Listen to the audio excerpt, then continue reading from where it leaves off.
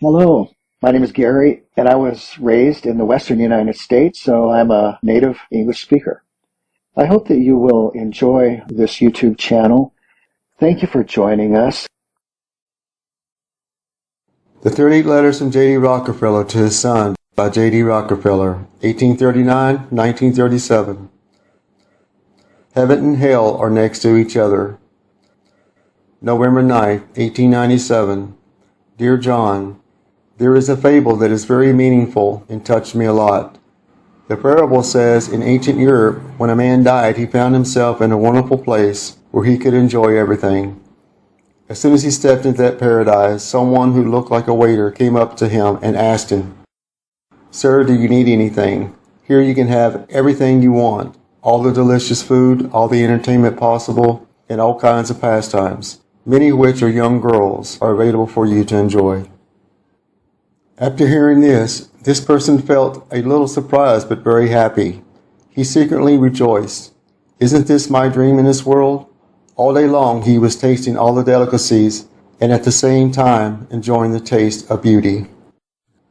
One day, however, he was bored with it all. So he said to the waiter, "I'm so sick of all this, I need to do something. Can you find me a job?" He didn't accept that the answer he got was shaking his head. "I'm sorry, my sir. This is the only thing we can't do for you here. There's no work for you here."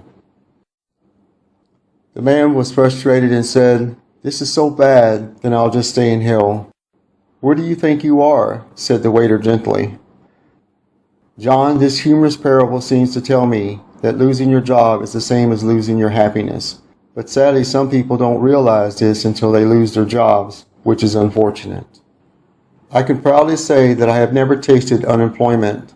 This is not my luck, because I never regard as a drudgery without fun. But I can find infinite happiness in my work. I think work is a privilege that brings more things than sustains life. Work is the foundation of all business, the sources of all prosperity, and the shape of genius. Work enables a young man to do more than his parents, no matter how rich they are. Work expresses itself in the humblest of savings and lays the foundation for happiness. Work is the salt that adds the taste of life, but one must love it before work can give the greatest favor and achieve the greatest results. When I first entered the business world, I often heard that it takes a lot of sacrifice to climb to the top. However, as the years passed, I began to understand many people who were climbing to the top were not paying the price. They work hard because they really love their work. People who move up the ladder in any industry are fully committed to what they are doing and dedicated. The work you love to do naturally will be successful. Loving work is a belief. With this belief, we can heal the mountain of despair into a rock of hope. A great painter said, "Well, the pain will pass away, but the beauty will remain." But some people are clearly not smart enough. They are ambitious, but they are too picky about their work and are always looking for the perfect employer or job. The truth is that an employer needs employees who are working on time, honest, and hardworking, and he only reserves raises and promotions for employees who are extra hardworking, extra loyal, extra enthusiastic, and spend more time doing things because he is running a business and not doing charity work. He needs people who are more valuable. No matter how ambitious a person is, he must at least start first before he can reach the peak. Once you start, it's not too difficult to move on. The more difficult or unpleasant the work is, the more urgent it is to do it. The longer he waits, the harder and scarier it becomes. It's kind of like shooting a gun. The longer you aim, the less chance you have of shooting. I will never forget my first job as a bookkeeper. When I had to go to work every day at dawn and the well oiled lamps in the office were dim, but that job never let me down. I wasn't bored, but fascinated and delighted, and not even all the red tape in the office could make me lose my enthusiasm for it.